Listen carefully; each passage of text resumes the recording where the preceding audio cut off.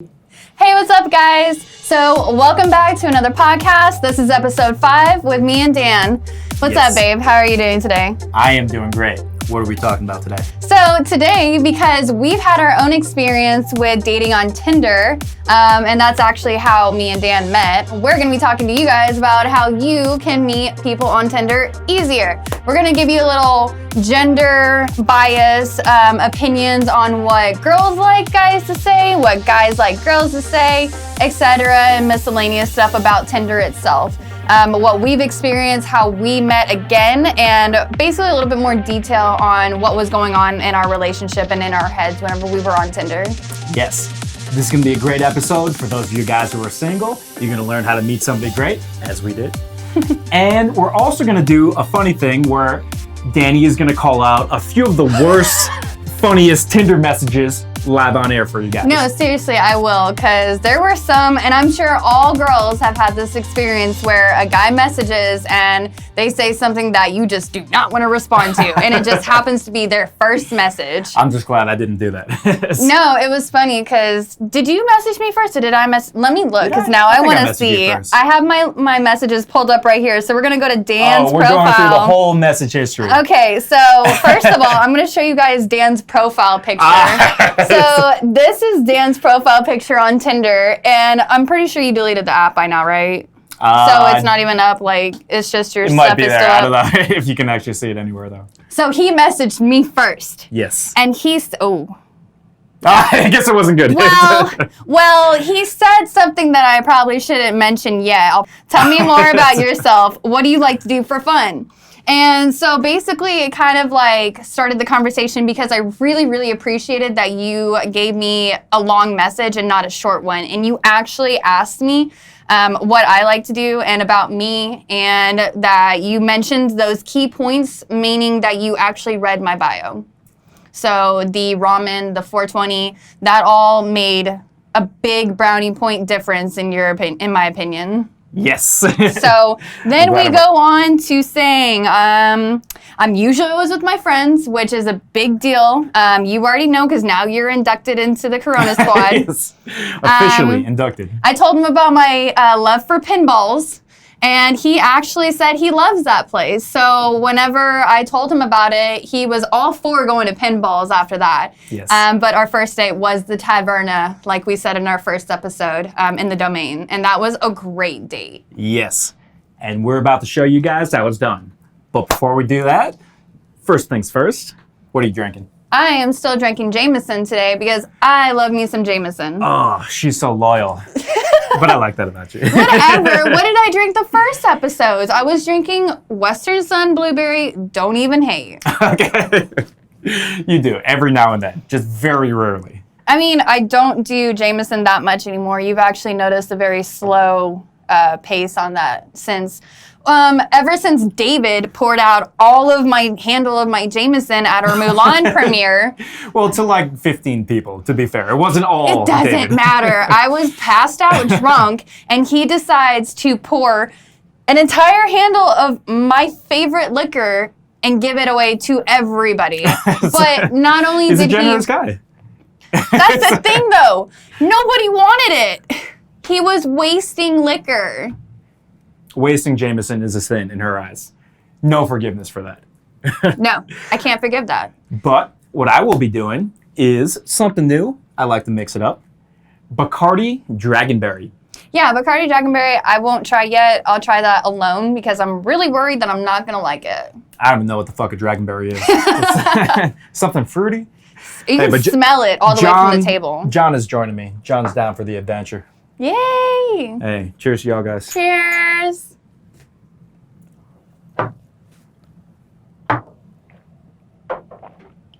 Oh, it's like a strawberry Jolly Rancher. It's like, oh, I actually like it. It's my kind of drink. It's like a girly rum. It's like strawberry, fruity.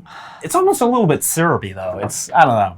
It's not as good as some of the things I've tried, but it's a good covering. It's not like the Jameson hardcore whiskey taste. It's like a smoother taste. Of course it's going to be a smoother taste because it's fruity. How was your Jameson? Same as always? I made a face this time. All right. The last episode is the only episode that I did not make a face. So, let's talk about how it's done. Okay. What pictures should guys put in their Tinder profile to get girls to want to message them or message them back? Okay, so I'm actually gonna look at yours because I want to show them what interested me. So you don't do modeling, but you had a photographer take a few pictures of you just so you had something nice, right? And it was actually my friend Adam Lyons that took those about 7 years ago. It was a long time back, yeah. I showed you guys this profile picture, which is this one right here. So his next one is actually the cutest smile that he's ever made. And it's still another professional picture. So I really, really like that. Now, this picture was him at a conference that he did, and I thought that one was okay, to be completely honest. Okay. I kind of like you more looking a little rugged like this, and a little bit more showing your muscles off a little bit. Damn, I thought it would be the conference one. And then seeing this, I was like, okay, all armpit hair right there. It was because you need a director for photos. I would never take photos like that on my own. But my friend Adam, he was taking pictures with his ring light. He's like, oh, just see what I can do with this one ring light. I thought you meant ring doorbell. Oh, no, not that. I was like, I know it has a camera, but what? But he's like, put your arm above your head like this. And I'm like, okay. But I'm glad that he did that. No, don't do that again. No, that's more of like a girl to do, because I have a picture of me where I'm doing a modeling pose and I'm doing like this type of move, like this type of stance, but everyone was like making fun of me for it, and they're like, what are you trying to do, smell your armpit? I'm like, no, that is not what I'm trying to do. Calm down. Yeah. Well, because I do think that one thing that I appreciated about Dani's pictures was that you did have some like that, like the modeling pictures, but you also had some like regular real life pictures. Yeah. Like you on the boat with your friends and you doing different things, like without much makeup. Probably one of the biggest fears that a guy has is getting catfished with these pictures. So a lot of guys, especially like when I'm single, like usually online dating was the main way that I would meet people. So I learned how to recognize catfishing type pictures that are a little bit too digitally enhanced. See, I think that you are totally going overboard with that, only because if you guys have seen the show, The Circle, that show literally demonstrates how people can judge just off of social media pictures. It is a show basically based on people who are in one condo building but in separate rooms by themselves, and they can only go through this system called The Circle, and it's a social media thing. So you post your profile picture, you put a bio, and people can only communicate through this system and only through text, basically. So they don't know what you look like, they don't know what you sound like, they don't know anything about you but what you portray yourself as. So some people actually do catfish. Some people come on there and pretend like they're this hot, young, brunette, like skinny model, but yet they're an old man that's 40 years old. Or there's a girl who actually was a model and she was really pretty in real life, but because they thought that her pictures were too filtered, they thought that she was a catfish. So they booted her off first, and later on they show you a video of them after they're booted off, and you see who the real person is. And at that moment, like, they realize, oh crap, I can't, like, it just made everyone's emotions kind of shot. And it made everybody realize, like, dang, like, why did I do that? I can't believe I judged her so easily, you know? So I met Dani on the first Tinder date that I went on, and I'm just so grateful that things worked out like that. And it was my first since my breakup. I had been on many Tinder dates in the past, but since my breakup, because I hadn't been single for very long, and I was with my ex for about a year, actually. So it, you know, I didn't want to go back to dating. I didn't want to do the dating apps. I hated them. I hated Tinder, to be honest with you. I only date Asians now, to be completely honest. So for me to find an Asian on Tinder was like 1,000,000 to 1. So it was very frustrating. So I got off the app, and then one day I just went back on, swiped 1,000,000 times left, and then I finally saw his picture stand out, and I was like, I like him. And I'm not going to lie, baby, I'm going to be completely honest. You weren't like my type right away. because your smile was like kind of creepy. Oh, no. But then I got used to it because then I liked how you treated me and I liked how much you appreciated my company and you were always so sweet and kind to me. And that's what pulled me in. That's what got me to want to be with him for the long haul. I do think, too, that's a really important point that you bring up. We don't judge people. Exactly. Like, you don't know somebody until you meet up with them in real life. I've made the mistake before of kind of building somebody up to be something that they weren't before I actually met them.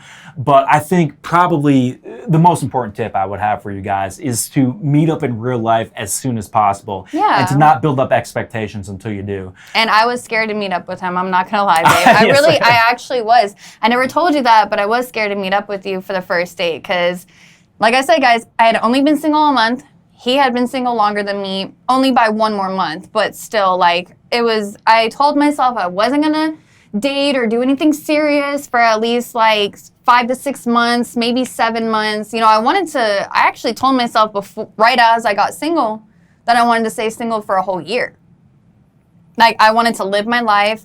My cameraman, John, is totally shaking his head like that was not gonna happen. We ruin each other's plans to do that. But it's okay. I don't mind that you ruined my plans. Yes. I'm completely happy with the choice that I made. But honestly, dating apps can go either way. It can be a really, really good thing because I did meet my first Asian boyfriend on Tinder as well. We rushed into it, but I was single for 9 months. So for me to not realize the signs and the red flags and everything that was going on was really surprising to me because when I met you, I'd only been single for 1 month and we clicked like immediately. I don't feel uncomfortable around you like I did him. You know what I mean? Like he was full Korean. You are half in Portuguese, half Korean, half Portuguese. So I'm glad you still dated me, even though I'm only 50%. But like he was, I don't know if it's the culture or anything, but he was super serious about every little thing. If I didn't do something that he didn't like, or if I did something he didn't like, even the minimal thing, it would just, like, he talked to me like he was my dad telling me what to do. And it got very frustrating after a while. No, you don't do that. That's the thing. Like, you don't do that. You're very calm. He's like, babe, do you think that you could do this instead of that? Like, he's very calm whenever he talks to me. You don't, like, bitch at me or anything. And that's what I really appreciate about our communication skills is we don't fight with each other because we don't have anything to fight about. Yes, I do appreciate that, too. Yeah. Communication is key, guys. Exactly. So let's talk about that. So for the guys out there who want to meet a sexy girl like yourself, what should they send as their first message? Should we just go on to the bad messages first so that we don't, so that you know what not to say? Exactly. Please. Let's talk about what not to say first. Okay. Then we'll tell you what to say. So we're going to find the ones, and I will name names. Now, they only have a first name, and I'm only going to say the first name, but I will say what made me not want to message back. Yeah. We can blur their picture out. Yeah. Oh, no, we're not. You're not going to. There's no pictures, really. It's just a profile picture that nobody really probably cares about. Okay, so this guy's name is Isaac. He said, hey, you got a couple of minutes for me to flirt with you? Cute. Adorable. Oh, look at that. No response. No response. Wah, wah. I literally was like, see, that's kind of stupid. And I just was like, goodbye. Plus, then I think I looked at his, oh, you know what? No, because he wouldn't have been able to message me unless I swiped right. So I must have swiped right because I was just desperate. And he's actually a white guy. And I don't really, no offense, white guys. I'm so sorry. You guys are awesome, but every white guy just thumbed down this video right now. I'm so sorry. No, but Asians are my thing. So, yeah. But this guy, he was cute. You know, he was awesome. But then that message was just kind of a turnoff. I'm not going to lie. That made me steer clear. I wasn't really interested in somebody putting a pickup line unless it's a funny pickup line. And I have a great sense of humor, you guys. So ask Daniel, like, I can make jokes. I can show you the funniest memes. I can do the funniest faces. You know what I mean? Like, it's just I'm a great time. Yes. But something like that just turned me completely off and I didn't even want to message. Or I had already met Dan and I was like, screw this guy. And then the next person that definitely was a little weird. No, it's not as weird. It's just more like, okay, like you had to say that for what reason type of thing. So this guy's name is David. Okay. Not to get confused with my friend David in our Corona squad, but another David. And he said, "Hey, Dani, cute smile. How was your day? My bro not has a Chihuahua too. But I still prefer big dog, not dogs, over small ones. Less barking. Ha ha." Just look at her face. Really? That was a great reaction. My dogs don't even bark that much. Like, honestly, babe, like if you meant like big dogs, they can bark at anything and be loud. Or Chihuahuas are normally very, very yippy and stuff, but Ceci is not. Callie only follows after Ceci, and Ceci's actually very well maintained now. So, fuck you, whoever said that, David. Pro tip: don't insult her dogs. Don't on ever the first message. insult my dogs on a first message. Yes. That is definitely losing brownie points. Yes, that's an example of what not to do. Even whenever I told him, like we said in our second episode, like in the first episode, the dogs are a package deal. Yes. And he agreed with it. He was like, "Oh yeah, bring them. Bring your dogs. I've had dogs, I've had cats, I've had birds." What was your bird's name? Orion. And what kind of bird was it? Macaw. Giant parrot. They're so pretty. Yes. I'll have to see pictures later on of your bird. Yes. Okay, and then the last but not least, this guy, he actually, I'm not gonna lie, he's a little cutie. He's a little cutie. If you guys hit him up, guys, because he is very sweet. Oh, He likes on Tinder poker, right now. fishing, and being weird is his profile. But what he told me the first thing, because I'm not gonna lie, of course I want to get my point across about how much I like Asians and that I only want to date Asians. So I always put that in my bio. So of course I put it into my Tinder bio. Well, this guy says, Darren, he says, "So since I'm Asian, can I ask if you only date Asians?" Really, Darren? If it's in my bio, then clearly. It was like he noticed it, but his reading comprehension wasn't that good. It was like... And he skipped a word, so I actually had to fill in the blanks, I'm not gonna lie. So he meant to say, "So since I'm Asian, can I ask, you only date Asians?" Like and I put in if, you know what I mean? Because obviously that's what he meant to say, but he's clearly not that smart. But I do think, I think you've pointed out a few good things for people out there to notice. First of all, if you just send something generic or you didn't really notice anything about the person, then it's tough for that to really stand out. And then also, if you make spelling errors in your first message, maybe once you've messaged a few times, there'll be forgiveness for that. But I have noticed that, like, if you make a typo in your very first message, it doesn't make the best It's first kind of impression. unattractive. Yeah. Like, I would say it's very unattractive because that's a first impression. Yeah, exactly. And I do appreciate, though, how online dating, it gives intelligent people an advantage. Why? Because a lot of people that I know that are really like smooth in person, can like talk to somebody at a bar and be really smooth, they're semi-illiterate, you know what I mean? So if you have basic literacy, if you can read and write, that's actually going to be a really big advantage for you with online dating. Oh yeah, for sure. Because I'm a huge grammar whore. So when somebody says, "I really like how you like to do," like instead of I've, you've, or stuff like that, like you are, like to do, like stuff like that. You know what I mean? Like I like when people use their pronunciation correctly instead of mixing it together in the abbreviations. Yes, exactly. And one tip I have for the guys out there is if you want to see this from the woman's point of view, if you go on Bumble, where the women have to message you first. Bumble sucks. It I'm does sorry, suck. but Bumble sucks. I can never find anything I wanted on there. I always deleted it after one day. It's not the best way to meet people. It kind of goes against human nature because it's kind of the guy's nature to make the first move. For most people, I would say. But I would say for guys, the benefit is you can see that perspective of getting that first message coming to you.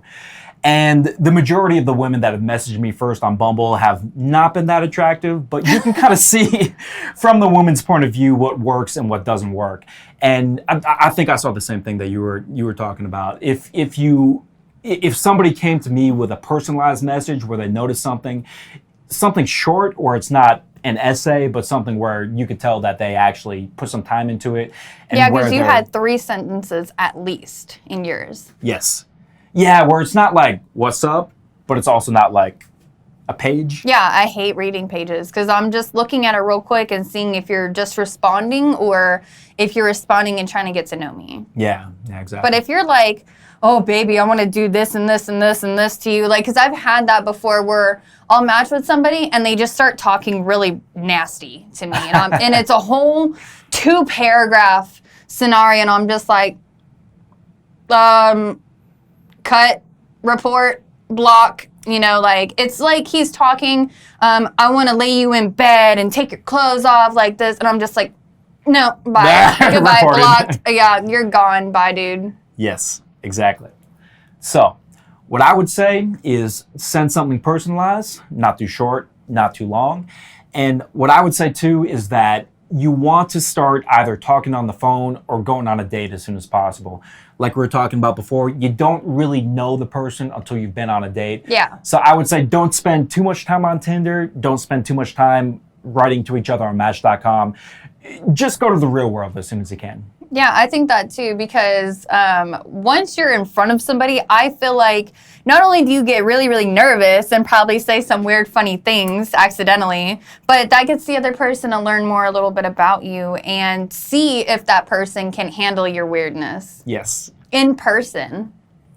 And one thing that you did that actually I think would be a good thing for people out there to keep in mind as well. Uh-oh, what'd I do? Oh, it was a good thing. Oh, okay, good. So this was my first date that I went on after being in a relationship for about 4 years. So I was a little nervous. I was a little uncomfortable. I was definitely nervous. And he picked me up because I didn't have a car. So one thing that helped get me more comfortable with you was that you invited me into your house and we hung out at your place for a little bit. Which I probably shouldn't have done. Guys, don't do that. Oh, well. Do not do that, women, because you don't know the man and you don't know if he's crazy and going to kill you. Yes, But only with non-crazy guys. I don't understand why I did that with you. I think because, honestly, I'm not even going to lie, I think because I wanted to have enough time to smoke before we went to go eat. And Yes. I didn't want to rush. Yeah. And I think I wanted to also meet you and make sure that you weren't a creep before we actually got in your car together. Which doesn't really make much of a difference because he was in my fucking apartment. But still, like, it was better to meet you beforehand than to just jump in a car with you and have an awkward drive to the restaurant. Yeah, I think so. And I think that kind of helped to, what is it? Yeah, exactly. We had a legit conversation before we even left the apartment. Yes, exactly. So that can be a good thing to do. But of course, like Dani's saying, take precautions. Just make sure that you're safe. Yeah, seriously. Let's talk about that, because I know that's a concern that a lot of women have. When you're meeting random guys from the internet, sometimes it works out. Yeah. But there might be some guys where you got to make sure to take some precautions. So what would you say to the women out there that are doing online dating? What kind of precautions do you think they should take? So I can't really be someone that gives you the best advice about this because I've been really stupid about my dating experiences, and I have invited a guy that I've barely known like 30 minutes into my house before, when not knowing them very well. So that definitely always did scare me.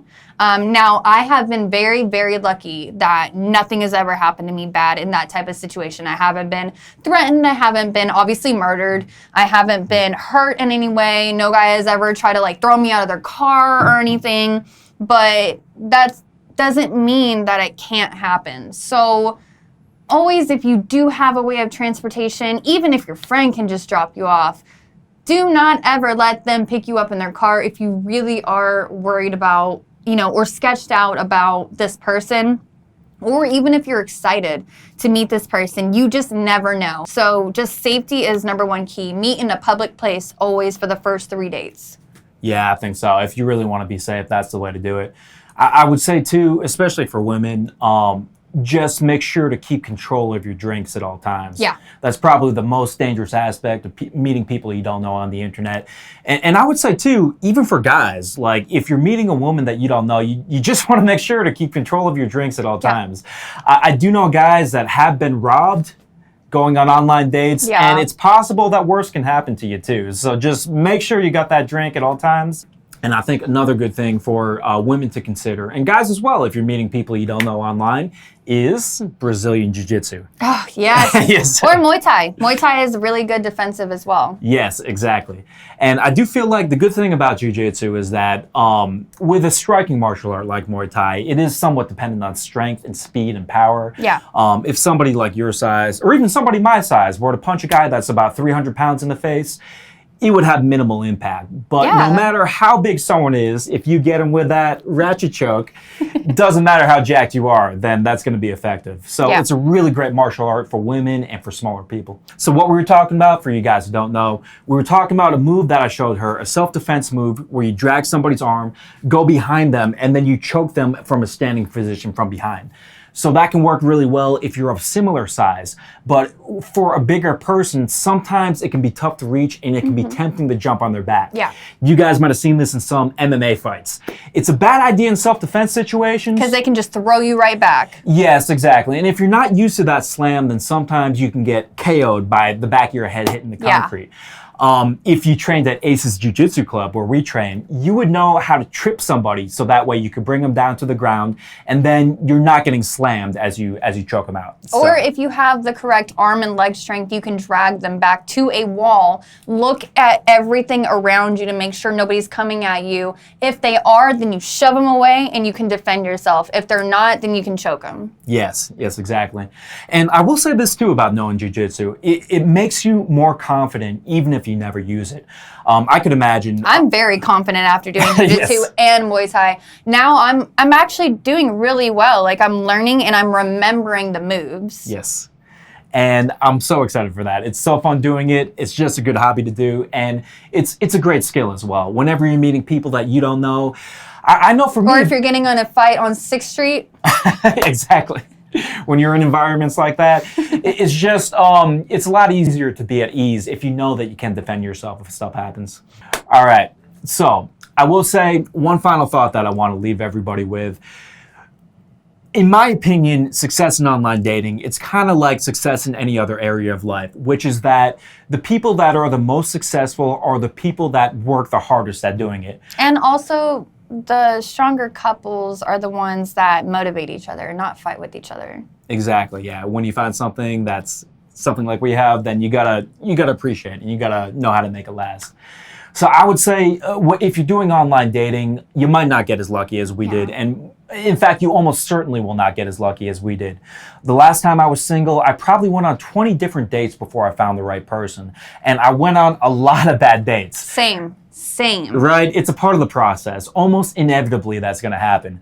But just keep the faith. Know that you're going to find the right person eventually. And just know that it's a part of the process to go through a lot of different dates that don't work out before you find the right person. So be patient, keep the faith.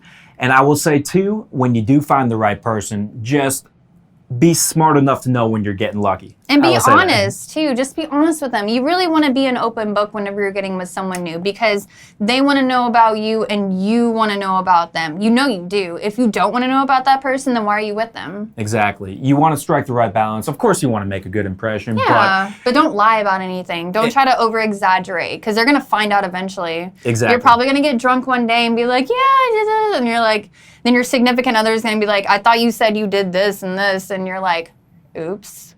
Like you just got caught on your own dumb self. And I know some of you younger people out there, you might be looking to just hook up. And that's fine if that's what you want. Just be honest about it. Exactly. And if your goal is to find a relationship, just realize that it's all going to come out. You know what I mean? So the more straight up you can be, I know it's difficult, but the more honest and authentic you can be, the better it's going to be in the long run. Yeah, the first 2 weeks me and Dan even met, I was a complete open book. We told each other everything. We didn't keep one secret from each other. We told each other about our past. We told each other about our life experiences. We told each other about anything that was a skeleton in our closet, any deep, dark secrets that we've had. We told each other that because it's important in a serious relationship. Yes, and I do really appreciate you did that. If that had come out like 2 years later, I mean, you would have been very shocked. Yes, but I'm just glad that we could be open with each other right from the start. Yeah. But I'm just so glad that we found each other.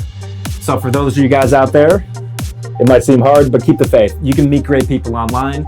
Just keep working at it. You might have to go through some bad dates, and you're gonna find the right person. You will go through some bad dates, though.